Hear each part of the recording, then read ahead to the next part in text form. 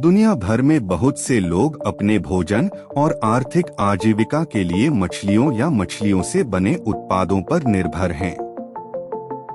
30,000 से अधिक विभिन्न प्रजातियां पृथ्वी के महासागरों और ताजे पानी के निकायों में चलती हैं। मछली की दुकानों, एक्वेरियम और घरेलू संग्रह में कई मछली प्रजातियों की सुंदरता पर प्रकाश डाला गया है। हालांकि कुछ प्रजातियों में गहरे, अधिक भयानक पहलू होते हैं। इनमें से कुछ चुनिंदा लोग मनुष्यों पर हमला कर सकते हैं, जबकि अन्य लापरवाही से संभाले जाने या उपभोग के लिए ठीक से तैयार नहीं होने पर जहर की एक खुराक दे सकते हैं।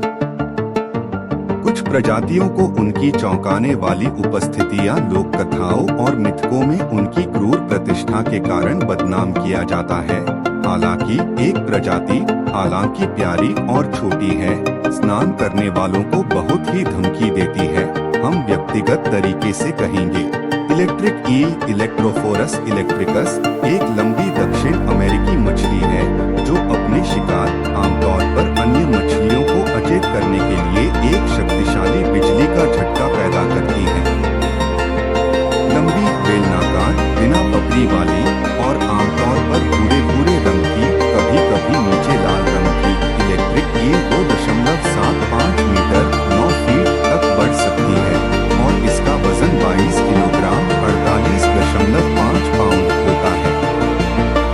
पूंछ का क्षेत्र इलेक्ट्रिक ईल की कुल लंबाई का लगभग 4/5वां हिस्सा होता है, जो मछली को आगे बढ़ाने के लिए उपयोग किए जाने वाले एक उभयलिंगी गुदा फिन द्वारा नीचे की ओर सीमाबद्ध होता है। अपने नाम के बावजूद अपने शिकार को झकझोरने के लिए इलेक्ट्रिक ईल की रुचि अपने संवेदनशील मुंह को संघर्ष करने वाली चोट से बचाने के लिए विकसित हो सकती है। अक्सर कांटेदार मछली चौंका हुआ शिकार मुंह से सीधे पेट तक चूसा जाने के लिए काफी देर तक दंग रह जाता है। कभी-कभी इलेक्ट्रिक ईल शिकार को अचेत करने की परवाह नहीं करती है, लेकिन शिकार की प्रतिक्रिया की तुलना में बस तेजी से निगल जाती है। ईल के विद्युत निर्वहन का उपयोग शिकार को भागने से रोकने के लिए किया जा सकता है या छिपे हुए शिकार में एक चिकोटी प्रतिक्रिया उत्पन्न करने के लिए प्रेरित किया जा सकता है, जिससे शिकार को अपनी स्थिति का पता चलता है। पूंछ क्षेत्र में विद्युत अंग होते हैं, जो रीढ़ की हड्डी की नसों द्वारा परिचालित मांसपेशियों के ऊतकों से प्राप्त होते हैं और 300 से 650 वोल्ट का निर्वहन करते हैं, एक चार्ज जो मनुष्यों को झटका देने के लिए पर्याप्त शक्तिशाली है। इन अंगों का उपयोग जीव को नेविगेट करने और अन्य इलेक्ट्रिक ईल के साथ संवाद करने में मदद करने के लिए भी किया जा सकता है। अटलांटिक मंटा, मंतारे, मेंटा बिरोस्ट्रिस, समुद्री जीवन, पानी के नीचे, महासागर, मंतारे, मूरबोर्ड बटाथिंकस्टॉक, मंता किरणें या शैतान किरणें परिवार मोबुलिडे वर्ग सेलाची से युक्त समुद्री किरणों की कई प्रजातियां बनाती हैं। चपटा और चौड़ा होने की तुलना में वे लंबे होते हैं। मंटा किरणों में मांसल बढ़े हुए पेक्टोरल पंख होते हैं, जो पंखों की तरह दिखते हैं। उन पंखों के विस्तार शैतान के सींगों की तरह दिखते हैं, सिर के सामने से सिर के पंख के रूप में प्रोजेक्ट करते हैं। कुछ प्रजातियों में एक या एक से अधिक चुभने वाली रीढ़ के साथ मंटा किरणों में छोटी चाबुक जैसी पूंछ होती है। शार्क और स्केट्स से संबंधित मंटा किरणें महाद्वीपों और द्वीपों के साथ गर्म पानी में पाई जाती हैं। वे सतह पर या उसके पास तैरते हैं, अपने पेक्टोरल पंखों को फड़फड़ाते हुए और कभी-कभी पानी से छलांग लगाते हुए या पानी से बाहर निकलते हुए खुद को आगे बढ़ाते हैं। वे प्लवक और छोटी मछलियों को खाते हैं, जिन्हें वे अपने सिर के पंखों से अपने मुंह में घुमाते हैं। अटलांटिक मंटा, मंतारे, मंटा किरणों में सबसे छोटी ऑस्ट्रेलिया की प्रजाति मोबुला डायबोलिस 60 सेंटीमीटर 2 फीट से अधिक नहीं बढ़ती है। लेकिन अटलांटिक मंटा या विशाल शैतान रे मंटा बिरोस्ट्रिस परिवार का सबसे बड़ा बढ़ सकता है 7 मीटर 23 फीट से अधिक चौड़ा। अटलांटिक मंटा एक प्रसिद्ध प्रजाति है, भूरे या काले रंग की और बहुत शक्तिशाली लेकिन अप्रभावी। इसके विपरीत पुरानी कहानियां मोती के गोताखोरों को ढंकती नहीं हैं और उन्हें खा जाती हैं। स्टोनफिश सिनेन्सिजा वर्रुकोसा। डगलस फॉल्कनर बटा सैली फॉल्कनर संग्रह। स्टोनफिश विषैली समुद्री मछली हैं जिन्हें जीनस सिनेन्सिजा और परिवार सिनेन्सिजिडे में वर्गीकृत किया गया है, जो उष्णकटिबंधीय इंडो पैसिफिक के उथले पानी में पाई जाती हैं। वे सुस्त नीचे रहने वाली मछलियां हैं जो चट्टानों या प्रवाल के बीच और मिट्टी के फ्लैटों और मोहल्लों में रहती हैं। बड़े सिर और मुंह वाली मोटी मछली, छोटी आंखें और मस्से जैसी गांठों से ढकी उबड़-खाबड़ खाल और कभी-कभी मांसल फ्लैप, वे नीचे की ओर आराम करती हैं, बिना रुके, रूप और रंग में अपने परिवेश के साथ लगभग सटीक रूप से मिश्रित होती हैं। ये खतरनाक मछलियां हैं। देखना मुश्किल है, जब वे कदम रखते हैं तो वे अपने पृष्ठीय पंख रीढ़ में खांचे के माध्यम से विष की मात्रा इंजेक्ट कर सकते हैं। इन मछलियों द्वारा उत्पन्न घाव बेहद दर्दनाक और कभी-कभी घातक होते हैं। सिनेन्सिजिडे परिवार में मजबूत मस्सेदार मछली की कुछ अन्य प्रजातियां शामिल हैं। वे जहरीले भी होते हैं, हालांकि स्टोनफिश की तरह कुख्यात नहीं होते हैं। पिरान्हा, जिसे कैरिब या पिरिया भी कहा जाता है, दक्षिण अमेरिकी नदियों और झीलों की रेजर दांतेदार मांसाहारी मछलियों की 60 से अधिक प्रजातियों में से कोई भी है जिसमें उग्रता के लिए कुछ हद तक अतिरंजित प्रतिष्ठा है। पिरान्हा 1978 जैसी फिल्मों में पिरान्हा को एक हिंसक अंधाधुंध हत्यारे के रूप में चित्रित किया गया है। हालांकि अधिकांश प्रजातियां मेहतर हैं या पौधों की सामग्री पर फीड करती हैं। पिरान्हा की अधिकांश प्रजातियां कभी भी 60 सेंटीमीटर 2 फीट से अधिक लंबी नहीं होती हैं। रंग चांदी से लेकर नारंगी के निचले भाग से लेकर लगभग पूरी तरह से काले तक भिन्न होते हैं।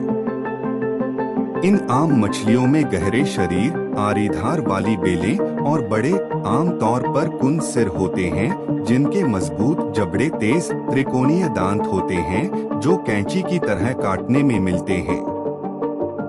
पिरान्हा उत्तरी अर्जेंटीना से लेकर कोलंबिया तक है, लेकिन वे अमेज़न नदी में सबसे अधिक विविध हैं, जहां 20 विभिन्न प्रजातियां पाई जाती हैं। सबसे अधिक बदनाम लाल पेट वाला पिरान्हा पाइगोसेंट्रस नेट्रेरी है, जिसके सबसे मजबूत टाइगर फिश हाइड्रोसिनस 2 फुट।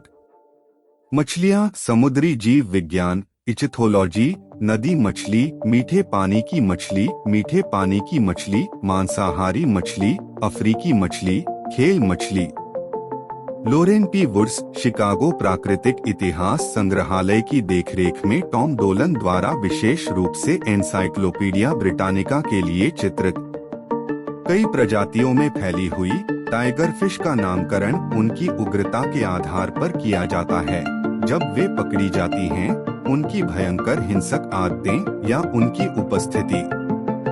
अफ्रीकी मीठे पानी में जीनस हाइड्रोसिनस, कभी-कभी हाइड्रोसियन की टाइगर फिश चरासिन परिवार चरासिडे, ऑर्डर साइप्रिनिफॉर्म की खेल मछलियों की प्रशंसा करती हैं।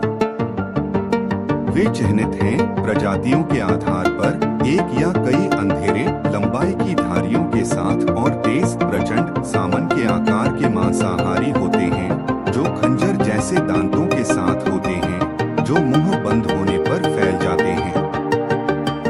लगभग 5 प्रजातियां हैं। सबसे बड़ा एज गोलियत 1.8 मीटर 6 फीट से अधिक लंबा हो सकता है और इसका वजन 57 किलोग्राम 125 पाउंड से अधिक हो सकता है। छोटी एज विक्टेटस के बारे में दावा किया जाता है कि यह दुनिया की बेहतरीन इंडो पैसिफिक में परिवार थेरेपोनिडे ऑर्डर पर्सेफोर्मिस की समुद्री और मीठे पानी की टाइगर फिश अपेक्षाकृत छोटी होती हैं और आमतौर पर गोल्ड धारियों से चिह्नित होती हैं। तीन धारीदार टाइगर फिश थेरेपोन जागुआर लगभग 30 सेंटीमीटर 12 इंच लंबी एक सामान्य लंबवत धारीदार प्रजाति है। इसके गिल कवर पर तेज रीढ़ होती है जो एक लापरवाह हैंडलर को घायल कर सकती है। बाम मछली एक मोज़ेक मोरे ईल कोरल गठन में एक दरार में रहता है। मोरे के मजबूत नुकीले दांत होते हैं। मोज़ेक मोरे ईल कॉपीराइट सिंबल मार्क डॉब्सन बटा फोटोलिया। संभवतः मोरे ईल की 80 से अधिक प्रजातियां हैं और वे सभी उष्णकटिबंधीय और उपोष्णकटिबंधीय समुद्रों में पाए जाते हैं, जहां वे चट्टानों और चट्टानों के बीच उथले पानी में रहते हैं और दरारों में छिप जाते हैं। मोरे ईल्स अन्य ईल्स से छोटे गोल गिल ओपनिंग और आम तौर पर पेक्टोरल फिन्स की कमी के कारण भिन्न होते हैं। उनकी त्वचा मोटी, चिकनी और स्केल रहित होती है, जबकि मुंह चौड़ा होता है और जबड़े मजबूत नुकीले दांतों से लैस होते हैं, जो उन्हें अपने शिकार, मुख्य रूप से अन्य मछलियों को पकड़ने और पकड़ने में सक्षम बनाते हैं, लेकिन अपने दुश्मनों को गंभीर घाव भी देते हैं। मनुष्यों सहित परेशान किए जाने पर ही ये इंसानों पर हमला करने के लिए तैयार रहते हैं, लेकिन तब ये काफी शातिर हो सकते हैं। मोरे ईल्स आमतौर पर विशद रूप से चिह्नित या रंगीन होते हैं।